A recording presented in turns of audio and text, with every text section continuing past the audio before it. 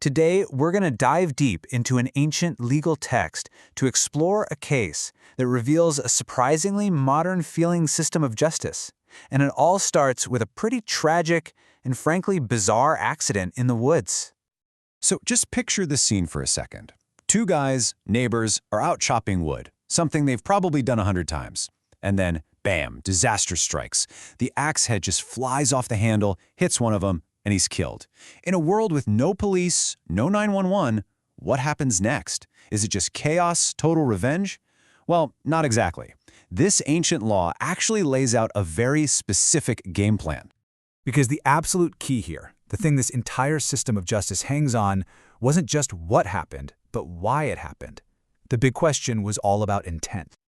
The law draws this really sharp line in the sand. On one side, you've got a pure tragic accident. The text calls it a killing without malice aforethought. But on the other side, you've got something totally different.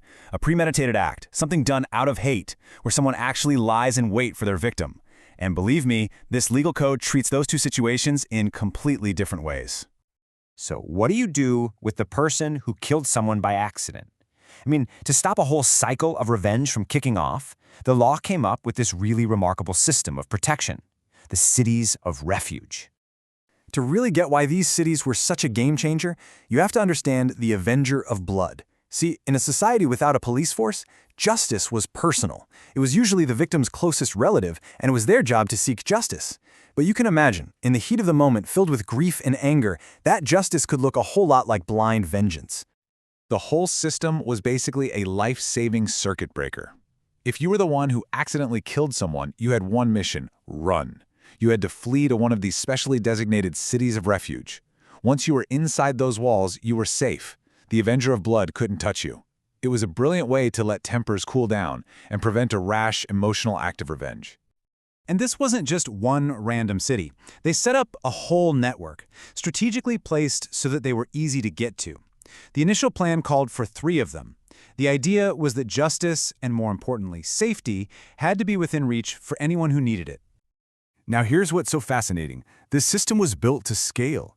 The law actually looks ahead to the future, saying that if and when the territory gets bigger, they need to add 3 more cities. They were basically future-proofing justice, making sure a person was never too far from safety, which would prevent the Avenger from catching them just because of a long-distance run. Okay, so the system had mercy and protection for the unlucky person who had an accident. But what about the other side of that coin? What happened when the killing wasn't an accident at all? What happened when it was driven by hate? Yeah, these cities were definitely not a get-out-of-jail-free card. If a murderer tried to hide out in one, the process was completely different. The elders from their own town would actually send for them, drag them out of that city of refuge, and hand them over directly to the Avenger of Blood. For the truly guilty, there was no sanctuary. And the text is absolutely unflinching on this. When it came to premeditated murder, the command was to show no pity. This wasn't just about punishing one person. It was framed as a community responsibility to purge the guilt of an innocent life being taken. Justice had to be absolute. This brings us to a huge question, right? You've got these 2 totally different paths. One leads to mercy, the other to execution. But how did they prove it? How did you actually distinguish a tragic accident from a cold-blooded crime in the courtroom? The answer was a really strict rule of evidence. One person's testimony was never enough to convict someone of a capital crime. Never. A case could only be proven on the testimony of 2 or even 3 witnesses. This was a powerful safeguard against someone with a grudge trying to frame an innocent person. But that leads to the ultimate problem, doesn't it? What if 2 people team up to lie? What happens when the very people who are supposed to guarantee justice are the ones trying to corrupt it? Well, the answer is found in one of the most famous and maybe most misunderstood legal phrases in all of history. We have all heard an eye for an eye. But I promise you, its true legal context here is fascinating, and it is not what you probably think it is. When we hear those words, our minds usually go straight to retaliation, right? A simple, almost brutal tit-for-tat code of revenge. You hurt me, I hurt you back. But that's not how it's being used here at all. Here is the crucial twist. In this context, that law wasn't about the original crime. It was the specific punishment for perjury. It was a rule designed to protect the integrity of the whole legal system by punishing a malicious witness who tried to use the court to harm someone. The principle was one of perfect, proportional justice. So if you got on the stand and lied, hoping your lie would get someone else executed, and you were caught, the punishment was your own execution. If your lie was meant to cause someone to lose an eye, you would lose your eye.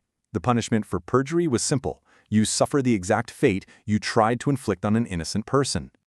So, when you step back and look at the whole picture, this ancient text lays out these 4 incredible pillars of justice.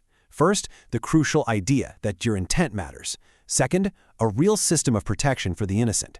Third, a high bar for evidence. No he said, she said. And finally, a really severe but proportional punishment for lying in court, all to make sure the system itself could be trusted. And this leaves us with a final thought. Ideas like the difference between manslaughter and murder, the need for corroborating evidence, the fact that perjury is a serious crime. These aren't new ideas. They're echoes of a very old attempt to build a system that was both merciful and just. So the question is, how clearly do we see these same principles at work, or not at work, in our own justice systems today?